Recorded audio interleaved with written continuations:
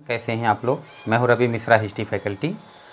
आज आपका जो टॉपिक है वो है औद्योगिक क्रांति, इंडस्ट्रियल रेवोल्यूशन। मैं आपको बताऊं, प्रेजेंट टाइम का जो वर्ड है वो औद्योगिक क्रांति के बाद का वर्ड है। यानी कि जितना कुछ आप डेवलपमेंट देख रहे हैं इसमें बड़ा योगदान है औद्योगिक क्रांति का। आपने एक लाइन सुन रखी होगी, आवश्यकता आविष्कार की जननी है। जब व्यक्ति की आवश्यकता बढ़ती है ना, तभी वो नए नए जो है रिसर्च की तरफ बढ़ता है, नए नए आविष्कार करने की तरफ प्रोत्साहित होता है। कुछ ऐसे ही जब आवश्यकता बढ़ी दुनिया में, पॉपुलेशन बढ़ती गई, और पॉपुलेशन बढ़ने के साथ जब जनसंख्या ज़्यादा है, आवश्यकताएं भी बहुत ज़्यादा हैं, तो एक समय ऐसा था इंसान अपने ही हाथ से सब कुछ करना पसंद करता था। जैसे कपड़े बनाने हैं तो हाथ से उसने जो है बुन करके बना लिया। पर जब बहुत बड़ी जनसंख्या को कपड़े चाहिए, और इंसान ऐसा नहीं है कि सारे लोग सिर्फ हाथ से कपड़े ही बनाएंगे, और भी डिफरेंट टाइप के कार्य होते हैं सोसाइटी में, कंट्री में। तो फिर ज़रूरत ऐसी हुई कि यदि कोई मशीन हो और मशीन जो है वो बहुत सारे कपड़े बना दे, तो इंसान थोड़ा सा फ्री हो जाएगा उधर से। और अगर मशीन बहुत सारे कपड़े बनाती है और आपकी कंट्री के लिए जो कपड़े हैं उससे भी जो नीड है कपड़ों की, उससे ज़्यादा कहीं कपड़े मशीन बना दे, तो आप दुनिया में ले जा करके सप्लाई करके बिजनेस करके और भी इनकम अपनी बढ़ा सकते हैं। तो कहने का मतलब ये होता है कि ऐसे में जब जनसंख्या बढ़ी, लोगों की आवश्यकताएँ बढ़ने लग गई, तो जब इंसान के हाथ से या इंसान की क्षमता कम पड़ने लग गई, तब मशीन के आविष्कार की तरफ लोग बढ़ गए। और इस तरह से जब मशीनों का आविष्कार हुआ, तो धीरे धीरे ये मशीनें ही हैं जिनकी मदद से औद्योगिक क्रांति पॉसिबल हो सकी, इंडस्ट्रियल रेवोल्यूशन। पर सिर्फ मशीनों तक ही बात सीमित नहीं है। औद्योगिक क्रांति जो है वो कई कारणों से आई, डिफरेंट टाइप के रीजन हैं इसके पीछे। जो लोग मुझसे हिस्ट्री जो है मेंस लेवल की पढ़ रहे हैं लंबे समय से, उनको तो बहुत कुछ पता होगा। जो लोग मेरा ये पहला ही लेक्चर देखेंगे, उनको जो है अगर पूरा का पूरा वर्ल्ड हिस्ट्री और इंडिया की जो मॉडर्न हिस्ट्री है, वो स्टेट पीसीएस और यूपीएससी मेंस के लिए जो पूछा जाता है जहाँ से हिस्ट्री में क्वेश्चन, उसके लिए आपको मेरा कोर्स पूरा का पूरा लेना पड़ेगा जो मैं पढ़ा रहा हूँ मेंस के लिए, तब आप समझ पाएंगे। लेकिन सिर्फ औद्योगिक क्रांति अगर समझना चाहते हैं, इंडस्ट्रियल रिवोल्यूशन, तो मैं आपको इस लेक्चर में बहुत बेहतरीन तरीके से समझाने जा रहा हूँ। धैर्य से आप मेरी बात को सुनते रहना, फिर आप देखेंगे कि औद्योगिक क्रांति कैसे आई और क्या रोल था उसका एक समय में जब वो आई थी, और आज की डेट में क्या रोल है। मैं आपको बहुत अच्छे से बताऊंगा, बस आपको मेरी बात बहुत ध्यान से सुनना पड़ेगा। देखिए, औद्योगिक क्रांति जो है वो पहले यूरोप में ही आई थी, और वैसे मॉडर्न टाइम में जो कुछ हुआ है उसमें से ज़्यादातर, चाहे वो रिसर्च है, चाहे कुछ नया होना हो, चाहे वो डेवलपमेंट होना हो, चाहे दुनिया की जो भी व्यवस्था है, सिस्टम है, चाहे वो वर्तमान समय की पॉलिटिक्स हो, चाहे इकोनॉमी है, चाहे हिस्ट्री है, तो वर्तमान समय में जो कुछ आपको नज़र आता है ना, ये आपको अगर पढ़ना है, जानना है, तो पहले वर्ल्ड हिस्ट्री पढ़ना पड़ेगा। ये जो मॉडर्न टाइम की हिस्ट्री है ना, कुछ 100 साल पहले की, इसी समय सब कुछ चेंज होना शुरू हुआ, और आज की डेट में वही चेंज जो है आपको ज़्यादा दिखता है। बहुत जो पुराना इतिहास है, एंशिएंट हिस्ट्री, मेडिवल हिस्ट्री, उस समय पर जो कुछ होता था, ऐसा नहीं है कि अभी उसका प्रभाव नहीं है, बिल्कुल है। लेकिन वर्तमान जो विश्व व्यवस्था है, अगर आपको ये समझना है, तो ये यूरोप और अमेरिका से शुरू हुई, वो भी जो अभी जो मॉडर्न टाइम की वर्ल्ड हिस्ट्री है वो है। यानी आपको मॉडर्न वर्ड समझना पड़ेगा और कैसे आया वो, तब जा कर के आप दुनिया का सिस्टम समझ पाएंगे। जैसे आप तो जानते हैं, एक समय राजा होता था और राजा जो बोल दे वही संविधान था। लेकिन समस्या ये थी कि राजा जो है बहुत बेहतरीन भी हो सकता है, और राजा मोहम्मद शाह रंगीला की तरह भी हो सकता है, जिसको अपनी पत्नी, हरम और हिजड़ों से ही फुर्सत नहीं, एंटरटेनमेंट से ही फुर्सत नहीं। राजा अच्छा है तो जनता खुश, राजा बुरा है तो जनता भुगते। तो इसीलिए एक समय ऐसा आया कि राजा को हटा करके आम जनता की सहमति से एक ऐसा कॉन्स्टिट्यूशन बना दिया गया, जिसमें क्या हुआ कि जनता की बेहतरी के लिए, जनता को कोई समस्या ना हो, एक ऐसा सिस्टम काम करे। क्योंकि जनता ये बात समझ चुकी थी कि भाई टैक्स तो जनता ही देती है। अब पता चले जनता टैक्स देती है अपनी सुविधा के लिए, और टैक्स देने के बाद भी असुविधा मिले। ये तो ऐसा ही है जैसे आप मार्केट में जाकर कोई सामान खरीदें, महंगे में सामान खरीदें और घर लाने के बाद पता चले वो सामान ही खराब है, तो आप सोचिए आपकी झल्लाहट क्या होगी। माना कि आप चले जाओगे वापस करने, पर दुकान के बाहर ही बोर्ड लगा हो कि बिका हुआ माल वापस नहीं होता, फिर सोचो अंदर से क्रांति करने का मन करेगा कि नहीं। अगर आपका बस होगा तो आप वहीं पर बवाल खड़ा कर देंगे। और अगर आप त्रस्त होकर अकेले बगावत कर सकते हैं किसी भी खराब सिस्टम के खिलाफ, तो जिस दिन पूरा देश खड़ा हो जाए, पूरा समाज आपके साथ खड़ा होने लग जाए ना, तब जो परिवर्तन आता है, तब जो बगावत होती है, उसे क्रांति कहते हैं, रिवॉल्यूशन। और वर्ल्ड हिस्ट्री के सिलेबस में मैं आप लोगों को बहुत सारी क्रांतियाँ पढ़ा चुका हूँ, जैसे कि अमेरिका की क्रांति, जैसे कि फ्रांस की क्रांति, जैसे कि यूरोप की क्रांति, बहुत कुछ मैंने आपको बताया। तो अभी बात करता हूँ सीधा इंडस्ट्रियल रिवॉल्यूशन की, औद्योगिक क्रांति। औद्योगिक क्रांति की बात कर रहा हूँ मैं। और औद्योगिक क्रांति ये जो टॉपिक है, औद्योगिक क्रांति का ये जो टॉपिक है, आपको ध्यान से समझना पड़ेगा। औद्योगिक क्रांति, और औद्योगिक क्रांति टॉपिक में मैं यहाँ पर लिख रहा हूँ 18th सेंचुरी, 18वीं सदी। 18वीं सदी में क्या कंडीशन थी यूरोप में, आप लोग उस कंडीशन से परिचित हैं, उस कंडीशन से परिचित हैं। जो नहीं परिचित हैं उनके लिए मैं बता रहा हूँ। था सिस्टम क्या था, राजा होते थे, राजा होते थे, कुलीन वर्ग होता था, अमीर लोग, पावरफुल लोग, कुलीन वर्ग होता था, और चर्च, इनका कंट्री पर बड़ा प्रभाव होता था। बस ये समझ लो, राजा भी टैक्स लेता था, कुलीन वर्ग के लोग भी जो बड़ी बड़ी ज़मीन के मालिक थे वो भी टैक्स लेते थे, और जो चर्च है वह भी टैक्स लेता था जनता से। तो कुल मिला जुला के इनका लाइफ एकदम बढ़िया है, ये सुखी हैं क्योंकि इनको जनता से टैक्स मिलता है, उनके पास पैसा है, पावर है, नो प्रॉब्लम। लेकिन यहाँ पर जो दूसरी तरफ है मध्य वर्ग, मिडिल क्लास, देखो मैं लिख भले ही हिंदी में रहा हूँ, पर बोल इंग्लिश में भी रहा हूँ, है ना। तो आप जो टर्म्स मैं इंग्लिश में बोलता हूँ उस पर ध्यान देंगे। तो एक तरफ राजा कुलीन वर्ग चर्च था, दूसरी तरफ मध्य वर्ग था। और मैंने बताया कि मिडिल क्लास जो है वो टैक्स देता था, बाकी लोग टैक्स लेते थे। मिडिल क्लास टैक्स देने के बाद भी बुरी हालत में है, बाकी लोग टैक्स लेकर एंजॉय कर रहे हैं। तो एक समय ऐसा आया कि देखो इंसान एक एक दिन करके समझदार ही होता गया है। एक समय था जब जंगलों में था, जानवरों के बीच में, और वहाँ से निकल कर आज तक देखो जानवर ही रहे, पर इंसान कहाँ से कहाँ पहुँच गया। तो धीरे धीरे करके इंसान समझदार ही हुआ है। इस मिडिल क्लास ने ये समझना शुरू किया कि ये राजा और ये कुलीन वर्ग और चर्च जो है ये फ़ायदे में रहते हैं, नुकसान हमारा हो रहा है। और चलो नुकसान हुआ तो हुआ, इनको हम टैक्स देते हैं, ये कम से कम हमारे बेनिफिट के लिए प्रयास तो करते दिखें। अगर हम टैक्स देते हैं तो हमारे पास कुछ राइट भी होने चाहिए, हमारे पास कुछ अधिकार भी होने चाहिए। और जब लोग अधिकार के लिए जागरूक होने लग गए, कल को आंख बंद करके राजा को टैक्स दे दिया, मतलब खत्म। जैसे राजा का अधिकार है, जैसे लोगों ने कर्ज खाया है राजा का, ऐसा ही चलता था। पर जब लोग अपने टैक्स के लिए जागरूक हो गए और राजा से ये क्वेश्चन करने लग गए कि भाई आप हमारे लिए क्या कर रहे हो, कुछ राइट हमें भी होना चाहिए, तब जो हुआ इसी को कहते हैं इनलाइटमेंट। इसे कहा जाता है प्रबोधन। बस आप ये समझो कि थोड़ा सा लोगों को ज्ञान हो गया, नॉलेज होने लग गई, और उनको लगा कि जो सिस्टम बुरा है उसको सुधारना चाहिए।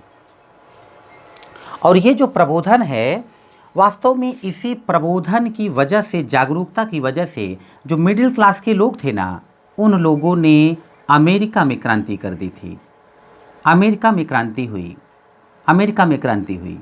और अमेरिका की क्रांति के बाद हुआ कुछ ऐसा था कि जब अमेरिका में क्रांति हुई तो ये जो मिडिल क्लास था ना, ये तेज़ी से डेवलप कर रहा था। ये चाहता था कि हमें छूट हो, हम जो है पूरी दुनिया में जहाँ चाहें वहाँ कैपिटल इन्वेस्ट करके और अपना बिजनेस कर सकें। ये पूंजी लगा करके आगे बढ़ना चाहते थे। लेकिन राजा लोग ऐसे थे कि इनके ऊपर दुनिया भर का प्रतिबंध लगा रहे थे, बहुत सारा प्रतिबंध लगा रहे थे। बिना राजा की परमिशन के आप कुछ बड़ा कर नहीं सकते। अगर कुछ इनकम भी है तो अगर आपसे राजा जो कुछ मांगता है आप राजा को दो, राजा को टैक्स दो, ज़रूरत पड़ने पर राजा चाहे तो सब राजा का हुआ, वो आपसे सब कुछ छीन सकता था। सब कुछ राजा का माना जाता था। जो आम जनता थी उसका तो अपनी ज़मीन पर भी जल्दी अधिकार नहीं माना जाता था, वो भी राजा का माना जाता था। या तो कुलीन वर्ग और चर्च का माना जाता था। तो अमेरिका की जो क्रांति हुई ना, इसमें दरअसल अमेरिका की क्रांति में ही पूंजीवाद की भी झलक दिखती है, पूंजीवाद की झलक दिखती है।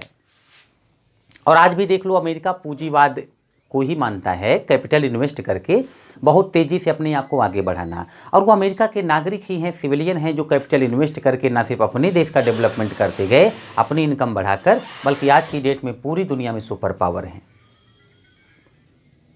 और जैसा कि मैंने कहा कि जब प्रबोधन है अमेरिका की, जो क्रांति हुई प्रबोधन की वजह से, तो जाहिर सी बात है जब पूंजीवाद जो है आपको दिखेगा, तो आपको एक सशक्त मध्य वर्ग दिखेगा, सशक्त मध्य वर्ग, मिडिल क्लास, एक ऐसा मिडिल क्लास जो थोड़ा सा स्ट्रांग है, थोड़ा सा स्ट्रांग है, सशक्त मध्य वर्ग दिखेगा। और जब सशक्त मध्य वर्ग दिखेगा तो जाहिर सी बात है कि ये जो सशक्त मध्य वर्ग है ना, ये मिडिल क्लास जो है, जो स्ट्रांग है, यह मिडिल क्लास बात करेगा मुक्त अर्थव्यवस्था की, मुक्त अर्थव्यवस्था। इसका मतलब ये होता है कि राजा, ओपन इकोनॉमी आप समझ सकते हैं, मतलब ये नहीं कि राजा अगर परमिशन दे तो ही अपनी कंट्री में बिजनेस करो, कहाँ कहाँ बिजनेस करना है वो भी राजा परमिशन, छूट दे दो, जो बिजनेसमैन जहाँ चाहे बिजनेस कर सकता है। जैसे आज देखो इंडिया के कॉन्स्टिट्यूशन में है कि पूरे भारत में कहीं पर भी आप जा करके व्यापार कर सकते हो। अब सोचो अगर ऐसा कानून बनाया जाता कि यूपी का व्यक्ति यूपी में ही रह के बिजनेस कर सकता है, बाहर नहीं जा सकता। या भी देखो जम्मू कश्मीर में एक नियम था कि जम्मू कश्मीर में बाहर का व्यक्ति जा करके और वहाँ ज़मीन नहीं खरीद सकता, अभी होता कि व्यापार भी नहीं कर सकता। तो हर स्टेट का व्यक्ति अपनी ही स्टेट तक जो है सीमित हो जाएगा, और ऐसे में बड़ा नुकसान होता है। एक बिजनेसमैन बिजनेस करके तब प्रॉफिट ज़्यादा पाता है जब कहीं से भी जा करके, जो मान के चलो जिस भी वस्तु का वो बिजनेस करता है, वो सामान जहाँ सस्ते में मिले वहाँ से खरीद ले, जहाँ बहुत महंगे दामों में बिके वहाँ पर बेच दे, इसी से सबसे ज़्यादा प्रॉफिट होता है। और इसके लिए अगर आपको एक ही जगह पर सीमित कर दिया गया कि आप वहीं रहिए, तो आप कहाँ से प्रॉफिट पाएंगे? आप तो मजबूर हैं सिर्फ उतने ही एरिया में रहकर बिजनेस करें, ये प्रॉब्लम है। तो यहाँ पर बात हुई मुक्त अर्थव्यवस्था की, क्योंकि अब जानकार लोग आ चुके थे, जागरूक लोग आ चुके थे।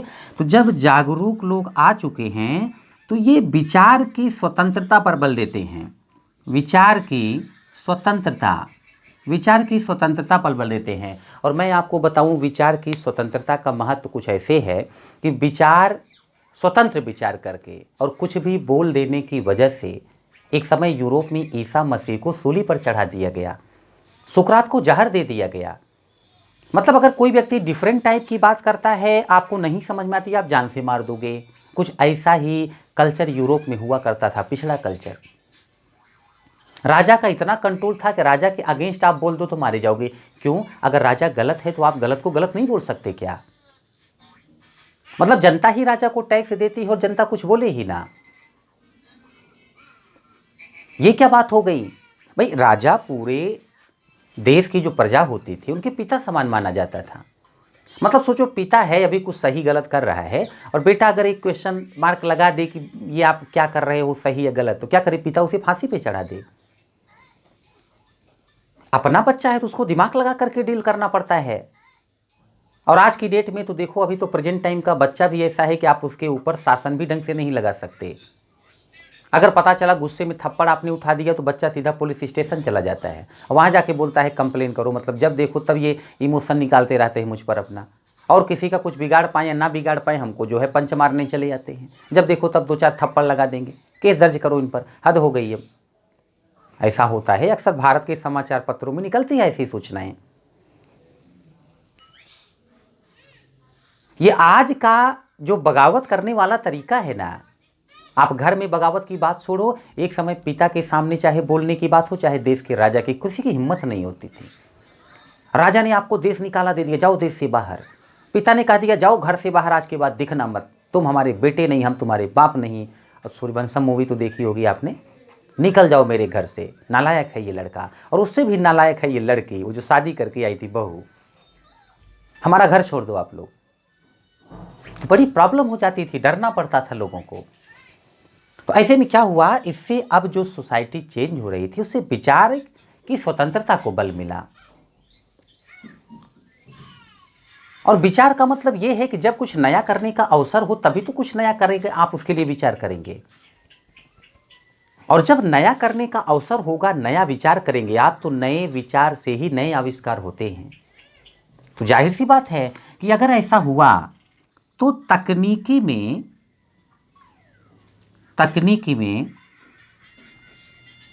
प्रगति होगी। इसका मतलब है कि जो मशीन वगैरह होती है इनका आविष्कार होगा, उसमें आपको प्रोग्रेस दिखेगा। अच्छा, फिर देखिए, क्योंकि मुक्त अर्थव्यवस्था है, तो मुक्त अर्थव्यवस्था होने का यह मतलब है, मुक्त अर्थव्यवस्था जो है इससे क्या होता है कि मुक्त अर्थव्यवस्था से प्रतिस्पर्धा होती है, कंपटीशन होता है ना, प्रतिस्पर्धा, कंपटीशन की भावना आएगी। भाई बहुत सारे लोग बिजनेस करना चाहेंगे तो बहुत सारे लोग बिजनेस करेंगे, तो हर कोई एक दूसरे को पीछे करने के लिए बड़ी मेहनत करेगा।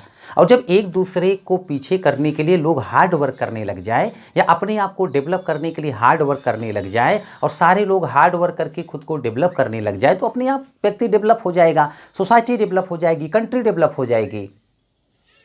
तो इस तरह से हुआ क्या कि बड़ी तेजी के साथ अर्थव्यवस्था में निवेश होने लगा, इन्वेस्टमेंट समझ लो, इन्वेस्टमेंट होने लगा। बहुत सारे लोग जो है पैसा जो है निवेश करने लगे, लगाने लग गए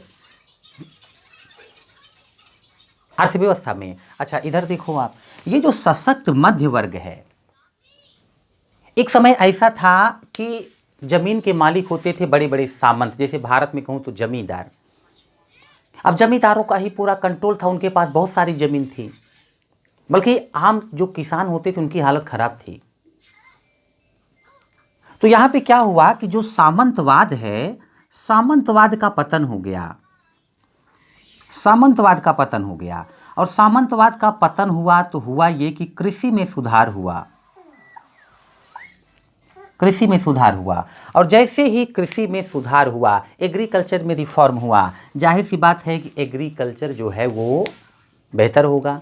और जब एग्रीकल्चर बेहतर होगा तो ना तो खाने की समस्या होगी कंट्री वालों को, और ना तो बहुत सारे खाने पीने के पहनने के जो सामान बनते हैं ना, उनके लिए पहले कच्चा माल चाहिए होता है, रॉ मटेरियल। जैसे कपड़ा है, अभी देखिए मैंने स्वेटर पहन रखा है, पर डायरेक्ट स्वेटर नहीं बनता, पहले रॉ मटेरियल इकट्ठा किया जाता है, कच्चा माल।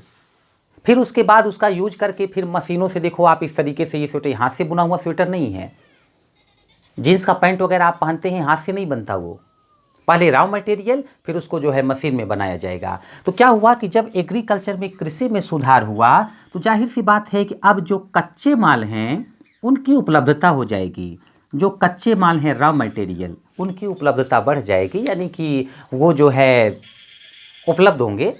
और जब वो उपलब्ध हैं तो इसी समय पर आप देखो, जब तकनीकी में प्रगति हुई तो अब क्या होगा, कारखाना, फैक्ट्री, मशीन, इन सब का विकास होगा। मतलब अगर इस तरह देखो आप, तो ये हुआ मुक्त अर्थव्यवस्था, ओपन इकोनॉमी, और उसमें आएगा अर्थव्यवस्था में कंपटीशन आएगा, और कंपटीशन के बाद बहुत सारे लोग इन्वेस्टमेंट करेंगे। और जब लोग इन्वेस्टमेंट करने के लिए तैयार हैं, एक ऐसा माहौल बन चुका है जब लोगों के पास इन्वेस्टमेंट करने के लिए पैसा भी है, मेहनत भी करेंगे, माहौल भी है, और अगर वो पैसा इन्वेस्ट कर रहे हैं तो उनके पास कच्चा माल भी है, रॉ मटेरियल, जिसको खरीद करके वो पैसा लगा करके कच्चे माल से बेहतरीन सामान बनाएं। और बेहतरीन सामान बनाने के लिए उनके पास कारखाना भी है, फैक्ट्री है, मशीन है, वो जितनी तेजी से चाहे सामान बनवा सकते हैं। और जब बहुत तेजी से पैसा लगाएंगे, इन्वेस्टमेंट होगा, रॉ मटेरियल इनके पास बहुत सारा होगा, कारखाना और मशीन भी है, फैक्ट्री वगैरह है इनके पास, तो जब तीनों को आप मिला दोगे तो प्रोग्रेस, या यूं समझिए कि प्रोडक्शन, उत्पादन बहुत तेज होगा, क्योंकि रॉ मटेरियल भी है, मशीन भी है, और लगाने वाले, पैसे लगाने वाले भी हैं, तो प्रोडक्शन बहुत तेज करेंगे, उत्पादन। अब जब इन्वेस्टमेंट करेंगे और प्रोडक्शन बढ़ेगा, यानी पैसा लगाएंगे, निवेश करेंगे, उत्पादन बढ़ेगा, और उत्पादन बढ़ाने के बाद जब वो सप्लाई बढ़ाएंगे, बड़ी तेजी के साथ सप्लाई बढ़ाएंगे। दुनिया में जहाँ चाहे तहाँ ओपन इकोनॉमी, उस जगह पर मुक्त अर्थव्यवस्था का लाभ उठा करके वो लोग बड़ी आसानी से जो है अपना बिजनेस बढ़ा सकते हैं। तो जब ये सब इतना फास्ट होने लगेगा, ऐसा माहौल बन गया कि ये सब फास्ट हो सकता है, तो इसी समय पर ये जो हुआ है, जो यहाँ पर परिवर्तन आया है, इसी को कहते हैं औद्योगिक क्रांति। माहौल कुछ ऐसा बना कि इंडस्ट्रियल रिवॉल्यूशन हो गया, यानी कि औद्योगिक क्रांति। औद्योगिक क्रांति हो गई, इन्हीं सबको मिला करके औद्योगिक क्रांति हो गई। इसी सारी वजह से औद्योगिक क्रांति हुई, इंडस्ट्रियल रिवॉल्यूशन। पर बात इतनी कम नहीं है, अभी तो बस मैंने जस्ट माहौल बनाया है कि मतलब कैसे हुई, क्या माहौल था जब औद्योगिक क्रांति होगी। लेकिन औद्योगिक क्रांति क्या रिजल्ट दिखाएगी, किस किस कंट्री में औद्योगिक क्रांति हुई। जैसे कि ब्रिटेन में सबसे पहले इंडस्ट्रियल रिवॉल्यूशन हुआ, औद्योगिक क्रांति सबसे पहले इंडस्ट्रियल रिवॉल्यूशन हुआ, तो सबसे पहले ब्रिटेन में औद्योगिक क्रांति आई। तो औद्योगिक क्रांति किस माहौल में आई, कैसी सिचुएशन के टाइम पर ये आई, और इसका रिजल्ट क्या होगा, क्यों ब्रिटेन में ही सबसे पहले इंडस्ट्रियल रिवॉल्यूशन होगा, मैं डिटेल से बताऊंगा। बस टॉपिक को मैं थोड़ा सा ये समझिए कि छोटा छोटा जो है टॉपिक क्लियर करूंगा मैं आपका। जैसे मान के चलो कि अभी कम समय में मैंने औद्योगिक क्रांति किस माहौल में आई बता दिया। अब क्या परिणाम लाएगी फ्यूचर में, ये पूरी दुनिया को कैसे प्रभावित करेगी, और सबसे पहले ब्रिटेन में ही औद्योगिक क्रांति क्यों आई, तो मैं आपको कुछ पार्ट्स में डिवाइड करके इसको बताऊंगा। छोटा टॉपिक इसलिए रख रहा हूँ, आप लोग को ओवर ना हो, आप थोड़ा सा ध्यान से सुनो, सोचो, फिर नेक्स्ट टॉपिक में जल्दी ही जो है आपके सामने लेकर के आऊँगा। आप लोग उससे सुनेंगे, समझेंगे, और औद्योगिक क्रांति बहुत अच्छे से समझ जाएंगे, इंडस्ट्रियल रिवॉल्यूशन। इस लेक्चर में इतना ही, जल्द ही मिलेंगे नेक्स्ट लेक्चर में। धन्यवाद।